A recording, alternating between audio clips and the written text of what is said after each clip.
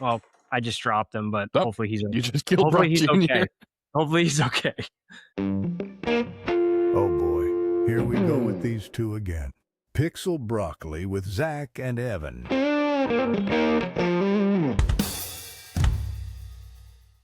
Well, cool. Did you notice Brocc? He's got some new features and stuff. You can ask him to smile now. You happen to notice that? Yeah, there he is. And ta-da! I did. Ta-da! There Yeah, there we go. Come on, Brocc. he's flexing. Getting more animated. Yeah. You see, he's been going to the gym a little bit. You know, he's kind of really starting to flex Getting himself. a little ripped. Yeah. Well, cool. Let's get started on let's see, episode 7 of Pixel Broccoli. Coming to you live from North Georgia. I am Zach Manring. Evan Canarosi, live from North Jersey. And of course, we have Brocc here as well, representing Brocc Nation. Here, and I'm still the same broccoli I was before the gym membership. Expect Nice. nothing less from Nice. you, Brock. I love it. I love it a lot. All right, cool. So let's take a quick peek. You two are still figuring out what to call people at 9 in the morning, and I've been awake since 4 watching the market move. I'm gonna mimic. Yeah. I'm gonna actually word by word line him next time, and I'm gonna speak with him because that's his catchphrase. I can go to sleep and like say it in my head because I've heard it so many times. It's punchy. I love it. Punchy. I like it. It is. Yeah. Brock's got some good stuff. Yeah. So in this episode, and of course we're gonna, ask Brocc as well. But in this episode, I had a question for you to start us off here, Evan. Have you ever had a team, or ever been on a team rather, that something has just shifted? It's not necessarily a bad hire or a reorg, but just kind of like a vibe change where people stop caring so much. You had that kind of happen to you? I think so. I think it. Yeah, it has. I've been in situations like that. It's What do you think may have changed that or caused that change? It could be multiple things, right? I guess the first thing I could think of is like a drastic scope change if you're close to a deadline. Could be no one's fault of their own. Clients sometimes change their mind for whatever reason. Could be plausible. Designers might change something last minute and didn't tell other designers or developers. Stakeholders might have a different opinion. Could just be a gap in communication, but that small thing could kind of throw everything off kilter, right? Tip the scales a bit. So yeah, it just kind of especially the communication part, right? If something drops, even if it's small, if you don't communicate that across the platform, across all teams, everyone kind of becomes unbalanced. So that definitely sets different mood. People are kind of scrambling, and then it's like, how do you get back to center? It's like dominoes. Do you feel like in some of those cases it could be like there was a top-down change in direction or priorities, but you maybe got that information too late? Yeah, totally, right? And that's like based on roles and responsibilities, right? Us being designers and devs, sometimes we are told last. It shouldn't be that. Yeah. Shouldn't be that way. We should be at the forefront. Especially from like an intake standpoint. But it happens. But if you have a strong team, and even if we're told late, if you kind of communicate that out, even if it's a little bit late, you can probably get back on track. So it's not too concerning, but it does happen. Yeah, for sure. I'm curious what Brocc has to say here. Communication gaps are just friction dressed up as a priority shift. The real problem's always been someone didn't ask before deciding. Yeah. Interesting. Same in your world, Zach? Or you Yeah, have different I was kind of thinking about the question as well, and like there's always like this feeling that you belong to something bigger, right? And when that kind of feeling starts to let's say dissolve or kind of go away, then you start to have this uneasy feeling that you don't belong to your team or your outer team or even the org itself. And and usually in those moments is where you step back and you're like, okay, is it something I'm seeing differently? Is it something maybe even I did? Or is it more of a something that you're now just noticing because you maybe have time to notice? It's an interesting feeling in those cases. So yeah, I mean, it's and I think the concern is, and where I'm getting with this is AI is starting to replace a lot of those kind of moments of feeling like you're part of a bigger team because you're almost collaborating less with people and you're Yeah. collaborating with like AI tools. Yeah, totally. Right. Wow, that's like, just that connection too, right? Because, it's almost Hmm. like a work therapist, you know what I mean? Like, Yeah. we have the term synthetic users now too, which you kinda alluded to it. So, for Hmm. the design side, it's hard enough to get a hold of stakeholders for testing just because everyone's so busy, especially depending on, where you are in the cycle. And this is just any company I feel like would have an issue with that, right? Just sometimes just hard to test. You can't get a good user pool, Sure. right? So synthetic users kick in, right? So we can ask, if you're using ChatGPT, right? You can build a project and then just, have a trained synthetic user to kind of operate as a real user and ask them questions, right? You can't get a hold of stakeholder, go to ChatGPT and ask them questions and get some feedback for a design or something like Hmm. that. That can accelerate you along. I wouldn't replace the entire persona, right? Like if there's 5 people you got to test with, maybe 3 could be human and 2 could be AI. You kind of get a combination, but there's a little bit of a disconnect with just like team collaboration at that point, right? Because it's like normally Right. I would go through every person, but now it's like, okay, I'm going to talk to 2 or 3 people, and then the rest I'm kind of leveraging AI. And that could be in other areas as well. You might replace people with AI for people you can't get a hold of, or if they're just unavailable. But I feel like this is almost like in a way, a sidebar where almost do you have like friends? I know I do that when you invite them to go do something, they say no. The first time you're like, okay, I get it, big deal. You ask them again, it's a no. Third time, it's a no.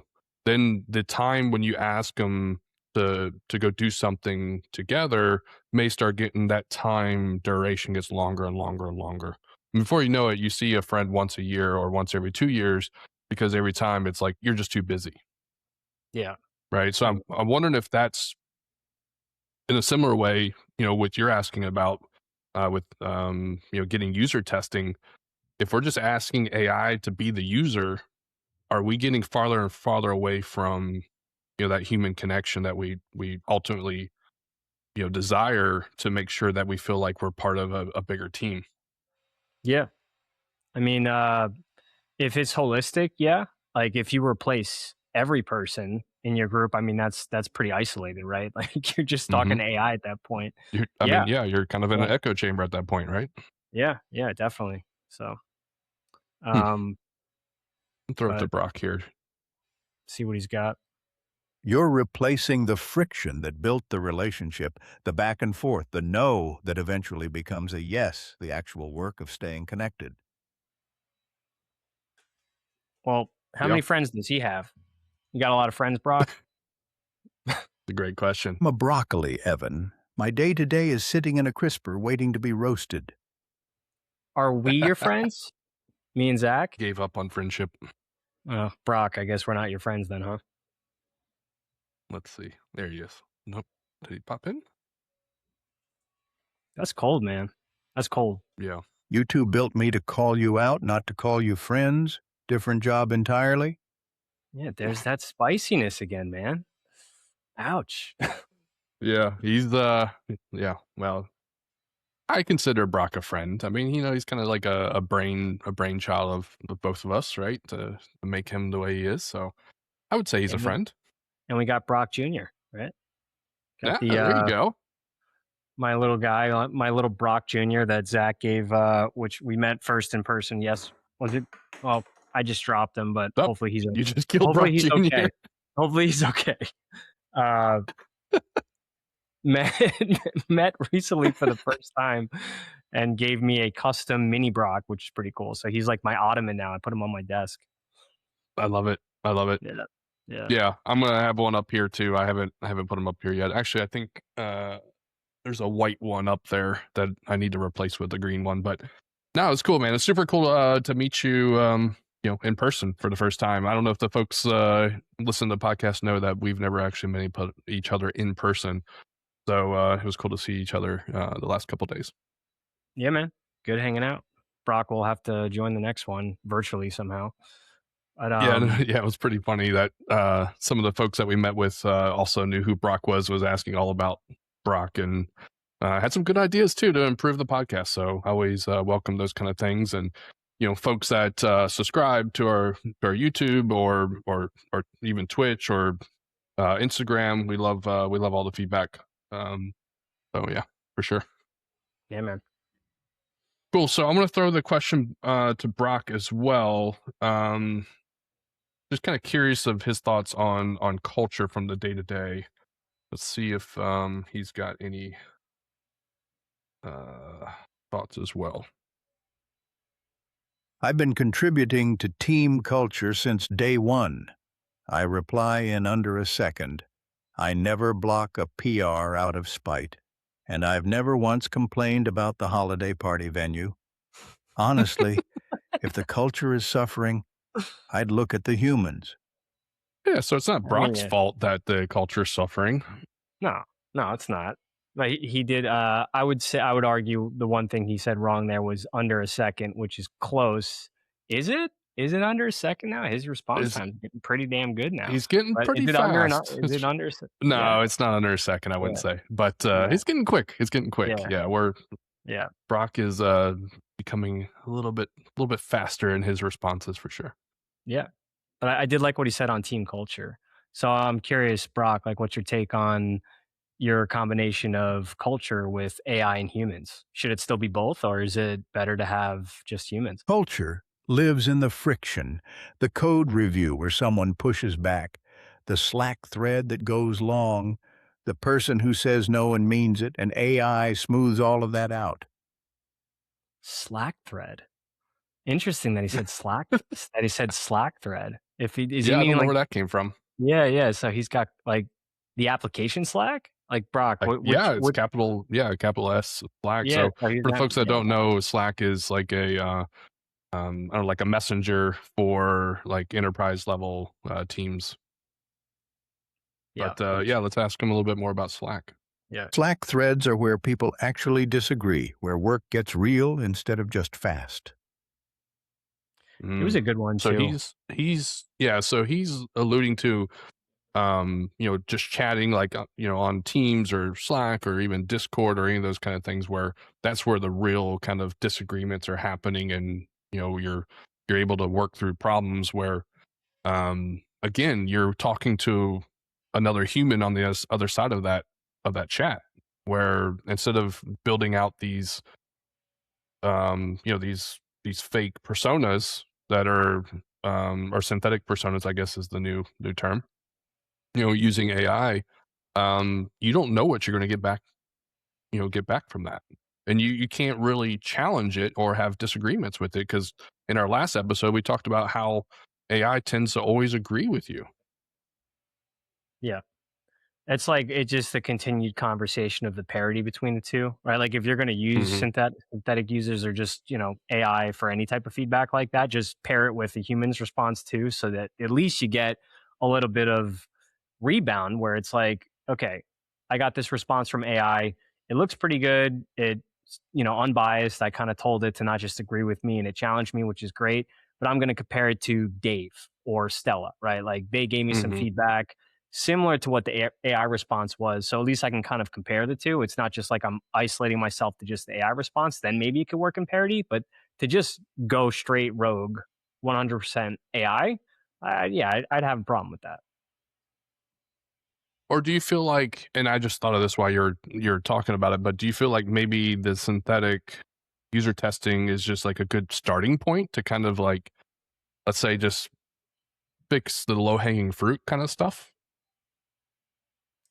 I think so. Like, well, you know what, man? Maybe not. Like, because the way that we started it was kind of like, it wasn't just the lower hanging fruit, it was a full Hmm. generated test. I would give it tasks. So, like, what you can do Okay. now is, if we're doing a user flow, um, I can surface one or two screens and then I can ask it expectation questions, right? So, what I could do is I could say in Copilot or something, I could say, like, hey, if I were to ask you to, give me the analytics on this report, what would you click to do that?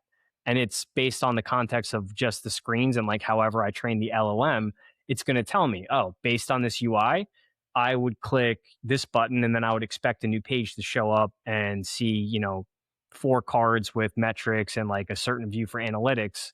And then I would say, okay, like, what would you want to do next?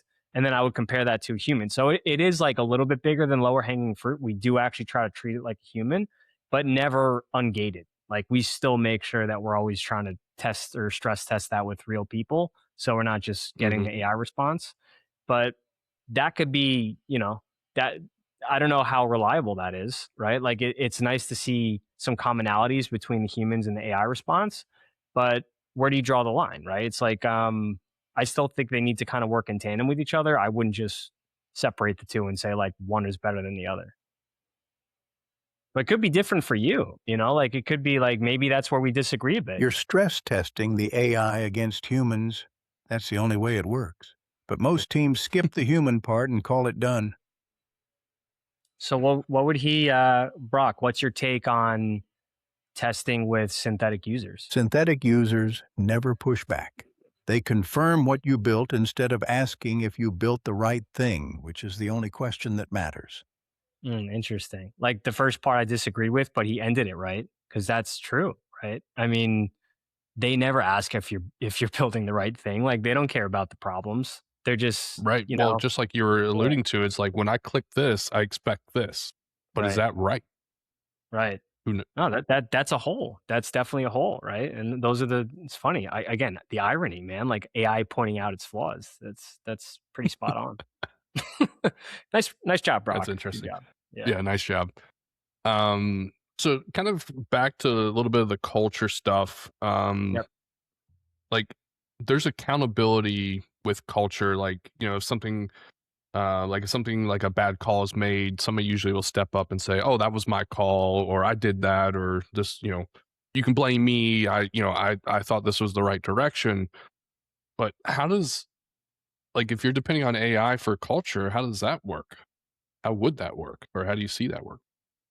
I don't think it does. I mean, it's inauthentic. It just feels weird. I mean, just being straight with you, it feels Right. weird to rely on AI for culture, right? I try to see a Yeah. very strict dichotomy between real culture, like culture, camaraderie with people, because Mm-hmm. they have feelings. You can have empathy, right? You can't do that with For AI, sure. So it's Right. like, I don't know, and Brock's a perfect example of this. Like as good as Brock is, he's so realistic. He's in the conversation, he's responding to us, but can't feel anything. So I wouldn't look at sorry, Brock. No, I love he you, might buddy. feel things. I love you, buddy. But it's like Let's where do you draw the line? let's see. He's gonna give me something good. Yeah. Nope. He's grumbling a lot over here. Accountability requires someone who can feel the weight of a bad call. AI just distributes the blame until it disappears. Okay. A little Mm, proper. But yeah. yeah, Yeah, I that's a mean, good do you feel point. like AI would just like diffuse the blame more so? I mean, obviously, like you said, it has no empathy, of course, and that kind Yeah. of stuff. And Yeah. like, maybe it's like like we talked about in the last episode. It's always like, well, you're right. And let's try this way, and or based on what you said, I see what you're saying. Let's move this direction, right? It's more of an order taker than somebody that's going to step up and make a change. Yeah, I mean, unless Fable 5 is doing something we don't know about, or maybe the new ones that are coming Sure. out from Anthropic, right? Like, I don't know what they have cooking under the hood. Hmm. Um, they get better and better and better, but better where? Better task driven, better at taking orders, better at creating endless, everything's feasible, right? So is it just in that lane, or are they going to tick it up where it's part of like something bigger? I don't know, you know? I still don't Well, see it at like an empathy layer, but 100%. But yeah. also, let me throw this in there in the mix. Like, what Yep, about, we talked about junior and senior developers in the past, sure. but if juniors are going to start going to say AI or chat bots or whatever to get their answers, Where's that mentorship and stuff coming from? Mm, yeah, that's hard to simulate, right? I mean, like you can, but again, Mhm, back to authenticity, right? Like I try to keep them in two separate lanes, man. Like AI works really well at task driven things, and it's heightened with the technology that we use. But mhm. for mentorship, I maybe like again, like it can be work therapeutic, I guess. It's a weird term, but like, whatever job you have, it is nice to kind of get some advice like, hey, I'm going to use Copilot or I'm going to use ChatGPT to give me some advice on this. But for real mentorship, like Zach, if I was going to become a developer, Mhm. and yeah, I could research things and I can get some advice and tips from an LLM, but I might want to know everything. I might want to know what it feels like to work as a developer in a high stress environment, right? Like a lot going on. I would want to know the fundamentals. I would want to know more than just vibe coding and the tools. I would want to know what it feels like to be a developer. But okay, so but and also just I mean, I think you've already kind of alluded to it or hinted at it, but if I'm busy, then you're gonna end up going to either somebody else, ideally, or you would, or you're gonna go to AI, which I think is part of the issue, right? So that mentorship is a big thing, that I think I generally like to do when I'm, as a lead developer or, a leader on the team.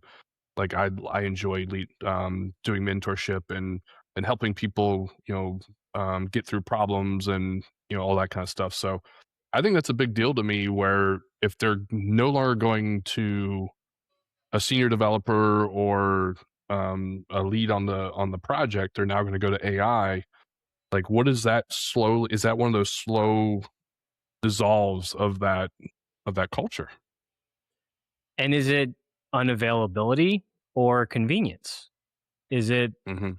it's easier, so it's convenient for me to just go turn to AI. I don't have to like make a phone call and annoy somebody if they don't want to talk about it because AI is going to give you whatever answer you want at 2 o'clock in the morning, and they don't care because they don't feel anything. Or is it just unavailable? Like just people are just becoming more and more unavailable because I don't know. Could be many reasons. Or it could even be the the people you depended on to be your mentor, your leads, just like, oh, just go to AI. Like, Yeah. don't ask me. Right? They're Yeah. becoming like, is it the actual mentor itself being lazy? That's inception right there. That's like you're going down, hole after hole. It's like But you I'm blame the just I mean, human. That's not an AI it could issue. be. That's the human. That's the It's not an human AI problem. issue, Yeah. no, but the human Yeah. is saying, "Hey, just go to AI. That don't ask me." Right? Yeah. And but I Yeah. mean, the point we're getting at is it's starting to dissolve culture. Sure. We're seeing it dissolve culture, and I'm just trying to find like what are the little things that you slowly see dissolving. Right? We already have a bit of a culture issue from people that are working from home. Yep. Like we're not in the office, we don't have like those sidebar conversations. Yes, we have, a Teams chat or something like that, but we don't we don't have those like, hey man, let's go grab lunch and, just kind of, have like life discussions, you know? Brock's staring his florets out. Brock's He's staring. Yeah. he's getting He's crazy over losing his there. stems. But that dude, you're so right, man. But it's kind of down to the person. And like I'll read or I'll pull us back here to something a little bit more positive because you got me excited about something. So we Hmm. do that. Like we proved it the other day. We met for the first time, and we've been buddies for a while. We just we got lunch. We hung out. Yep. It was great, Yep. right? So I go back to Gen Z because Gen Z is like our anchor now for combating or being combative to AI slop, right? And I Yep. think the 100%. camaraderie thing is coming out too. So it's interesting to see. I don't know if you follow Gary Vee, but a very influential speaker. Hmm. Hmm. Um, he's going like opposite meta mode, right? So sorry to drop meta here as in like some bad light. I hope I don't piss off anybody at Meta, but Meta is too immersive, way too Mm. immersive. They have like digital environments where it puts you in such a realistic digital space you don't want to go out and meet somebody in person because it's there, right? It's convenient. For the introverts, I could stay in my room and talk to somebody in a digital world. But Gen Z is not having that. And I don't want to speak for everybody, but there is a percentage of people that are out there that are like, you know, want to meet somebody in person. I'm going to put my phone down when I go out and have dinner with a friend, or, I kind of get back to working in the office from time to time. Like, you are seeing growing numbers there. I see a lot of positivity in that vein. And it's Hmm. exciting to me, to be honest with you, because like me and you are pretty good with that. I feel like we are very like, we're millennials, but we're very like, agreeable with Gen Z for that stuff. Like, we would want to meet in person, you know? 100%. Yeah, it like skipped a generation, I guess. But it's funny Yeah. you mentioned Meta because there's an article recently that the VR headset market share has been collapsing. I think it's low as 40%. I think Brocc has some information on it as well. Let me ask him real quick. Hit them. Meta bet the farm on the metaverse when everyone else was still figuring out what VR was actually for. And now they're learning the difference between having money and having a reason to use it. What's the real reason it dipped? So is there more to it than that on why it's down? You said it was 40%? 40%. Yeah. Yeah. Let's see if he's got more information for us. Meta bet the farm Yeah. on the Yeah. metaverse when everyone else was still. That's Yeah. all he knows. Okay. That's okay. But yeah, it's so it looks like from my notes, it looks like the Apple Vision Pro is gaining some more traction. Um and also there's some new competitors in the game that's starting to pull some traction, but Meta's headset itself, the sales have dropped 40% in the first half of 2026. I mean, I'm not surprised. Even like, just look at the price point. Isn't it like $500 for that? Or is that the Something Oculus? like What's the that. one? Yeah. Well, that's Brock, what? Oculus, right? That's what they have, right? Yeah, I thought Meta's so. mhm. What the, is it really like, Brock, what's the retail on that? He knows. I don't know if he does. Oculus is 1,500 now, and Apple's at 1,500. 3,500. Both prices that say nobody really knows what this is for yet. No way. Is it 1,500? That's There's crazy no if that. way. Yeah, There's no way. Let's see. I don't know. That seems pretty. Yeah, Is that's it steep. the Oculus or is it the Quest? The Meta The Quest. Quest. Oh, maybe I was thinking of the Quest. Yeah. I mean, I know they're Yeah. expensive. That's like, that's up there. But still, it's like, Yeah. it's I'm trying to I'm pull it up sorry. live just to see if you can tell Okay. how much they are. They're 350, like 350 or ish. Damn. Yeah, that's pretty steep. Yeah. Yeah, 1,500 seems a little steep there, Brock. Yep.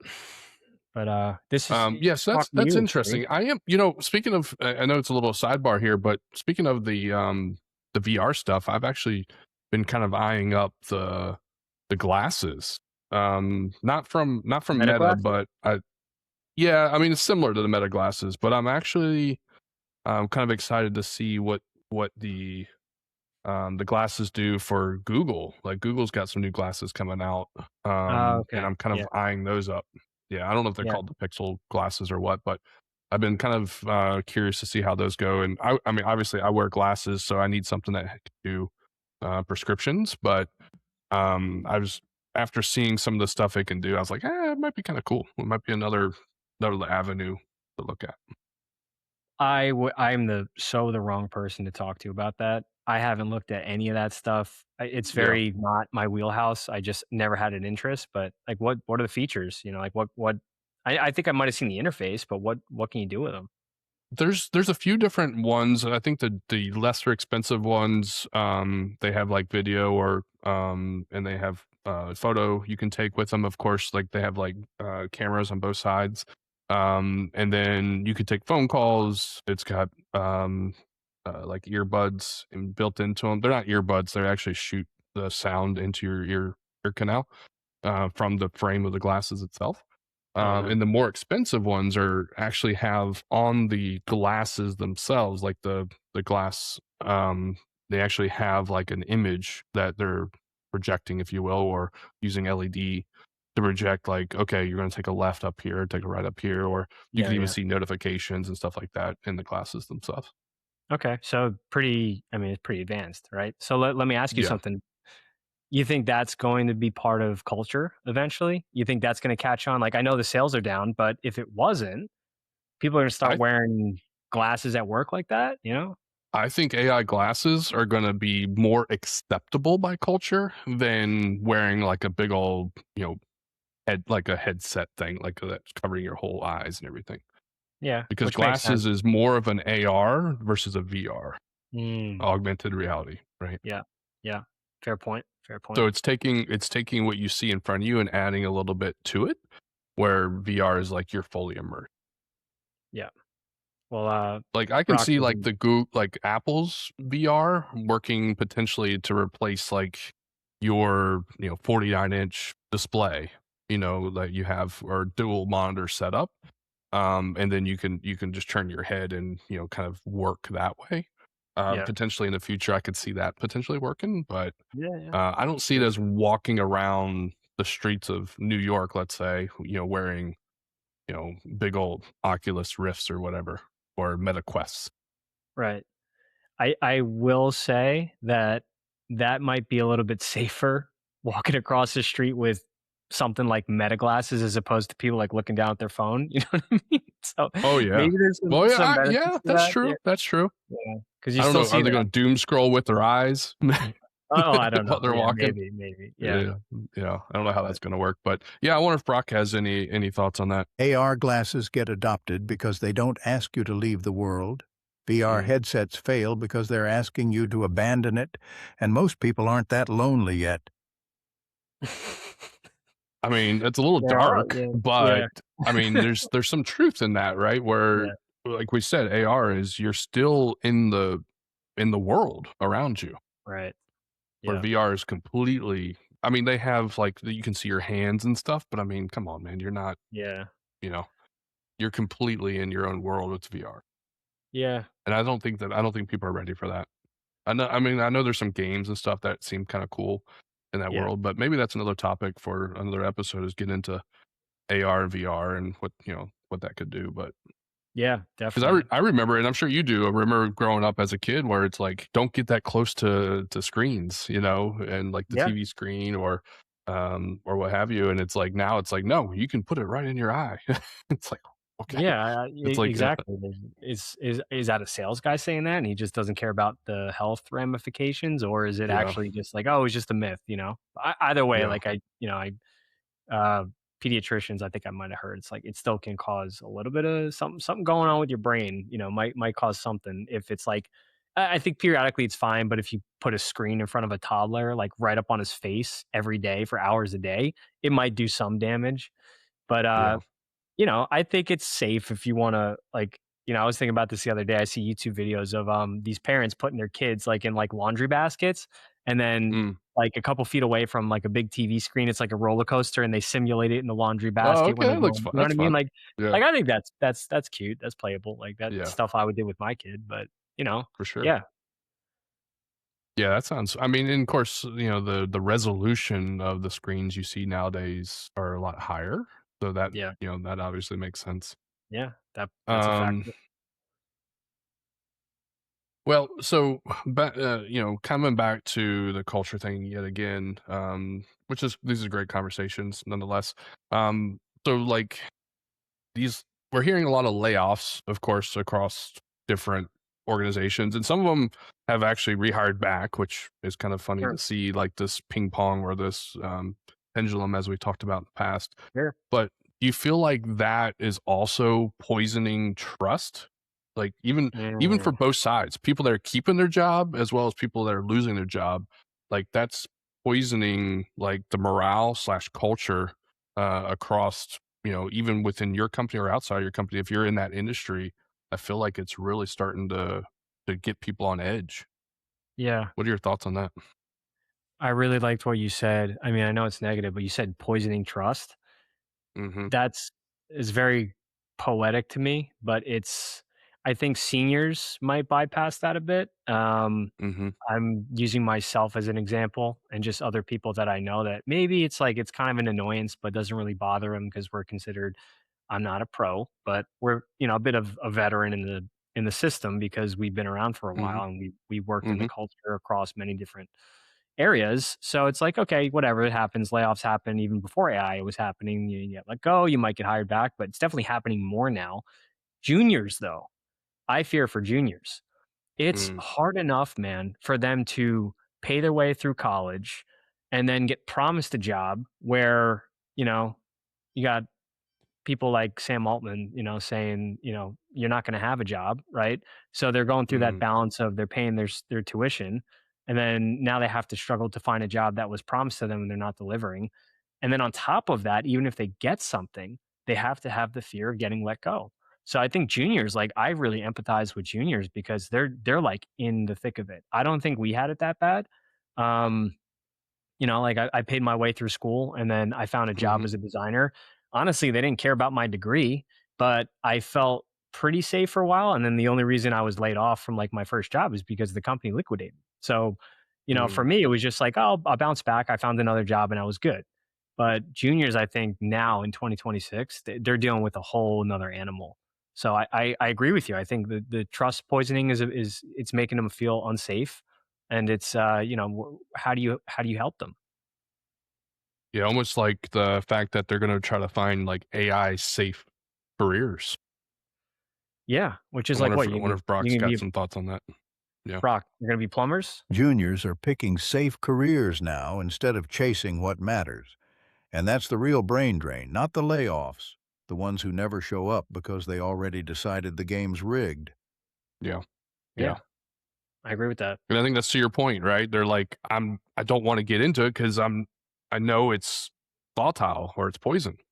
Yeah, and it's happening. I've mentored friends that wanna get into design, just buddies of mine that, like, Yeah. like, that I grew up with, that I went to high school with, and like, "Hey, man, you do UX." My cousin, he wants to get into UX, and he literally, this was a year ago, told me, I think he's a lawyer now, went kinda the other way on it, right? But, he had the same fear, it's like, is it worth it? Maybe 5, 10 years ago, he would have changed his mind because there was a career path for him, but now it's like, is it worth it, man? Like, I'm gonna invest in learning UX for 4 years for AI to just do it better.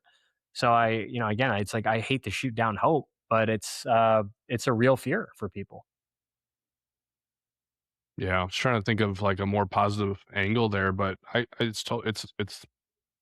it's reality right now that we're dealing with. There's some uncertainty there for sure. I wonder if there will be a time though, this is something that like Mike Rowe is chasing on the, for like plumbers and, welders and stuff like that. I wonder if there'll be a time that there'll be like a scarcity of designers and developers that are, because people have gotten so far away from it at this point. Well, here's my positive spin on that.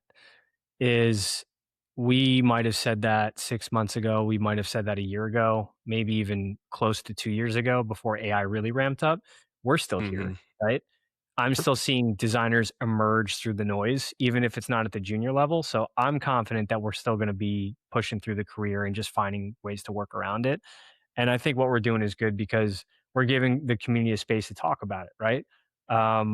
Like I don't know about you. I mean, you just seem like a helpful guy, right? So I would think if we continue to just spread the message, like, hey, man, there are ways around it.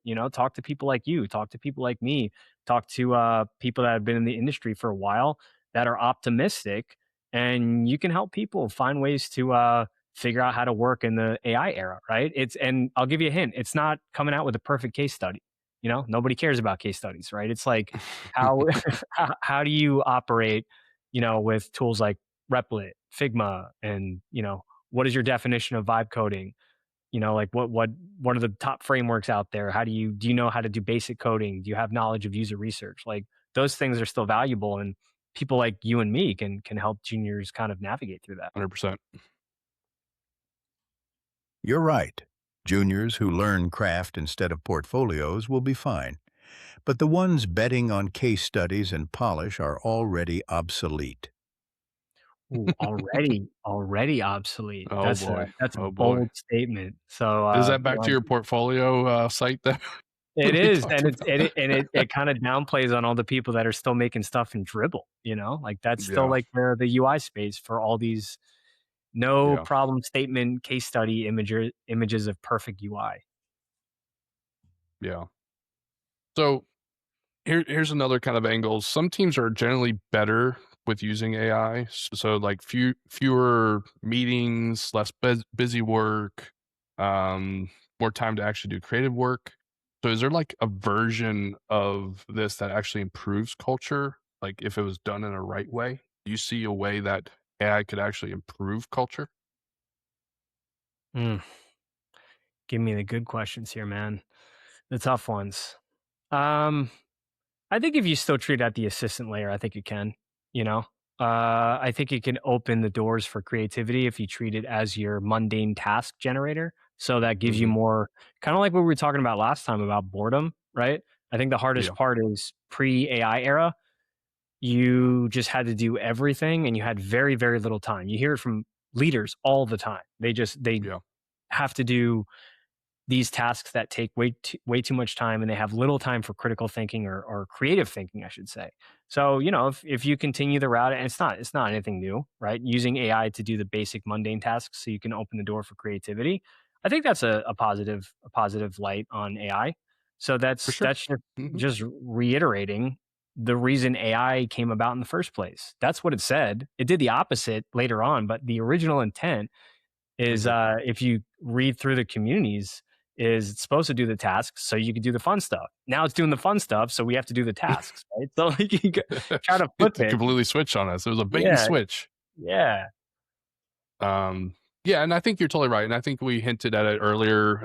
You may have said that, said this as well, is where, you got to have a balance between, the human and the AI. You can't completely go full AI in this kind of world, or you're just going to get too far away from it. Really, at the end of the day, you're going to get yeah, too far away from culture, too far away from having that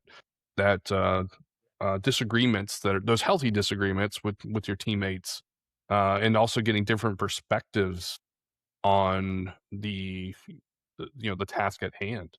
And I think that's, for me, that's a huge thing. Is like, I'm not the expert in everything, and the part that I'm not an expert in, I shouldn't rely on AI to be the expert. I need to actually reach out to coworkers, or if it's a side job or a personal job, you can reach out to your friends, to get some perspective, things yeah, that they've faced over the years. yeah. Um, And that should be your yeah. first instinct. That should like, and I think it might be if I'm hearing you correctly, which I hope I am. That could be your first instinct to go to a coworker first, right? Sometimes it's Hmm. easy for convenience to go to AI just because it's accessible, but like you might have the itch to go to, your coworker first and get his advice or intake on something. But that's it. That's perfect. That's exactly how I would look at it. Yeah. So in closing, the pushback here is, like, bad company culture predates AI, and maybe AI is just revealing a culture that was already hollow. Mhm. Yeah, What I do you think think of that's that? I think that's a bit unveiling. You're so Yeah. poetic. Like, you have these I'm take the shine off. take the shine off. Take the shine off. You never heard that before? No, not until we were at the diner. That's awesome. That's awesome. Yeah, yeah, yeah. I'd be curious if anybody listening and knows what "take the shine off" means, and when, when you're ordering eggs. Oh man! All right, Brock. Any final words for us? Bad culture doesn't need AI to fall apart. AI just speeds up the collapse and makes it somebody else's problem to fix. Oh boy! Yeah, it's messy. Oh boy! We were trying to be positive, Brock. Can you give us a positive take on this to wrap us Please. up, Yeah. End on, something happy here. like on a high note? Yeah. Culture that's real survives the tools. It's the hollow ones that panic when the shortcuts stop working, and those deserve to collapse anyway. Okay. Okay. Yeah. I'm Not okay bad. with that, Yeah. because I think he's right at the very beginning of that. If you have a strong culture going into this, you're going to survive. It's going Yep. to bypass these tools. You're going to find ways to work around them. You can use them, as you said, as actual accelerators, and not replacing your team. And I think that's the right mindset. You Yeah. have to have that. That's, yeah. I think that's a good way to Bingo. wrap it up. So And that's Brock's Cool, man. positive note. That's Brock's positive note at the end there. So that was really cool that we got AI to give us something positive. There's hope out there for juniors. We there's got hope. this. There's hope for AI. I mean, listen to Brocc. I mean, the AI co-host. So, well, cool. Great episode, Evan and Brocc. I appreciate you guys joining, and I think that's a good closer to 007. How about that? Oof, like it. Yeah.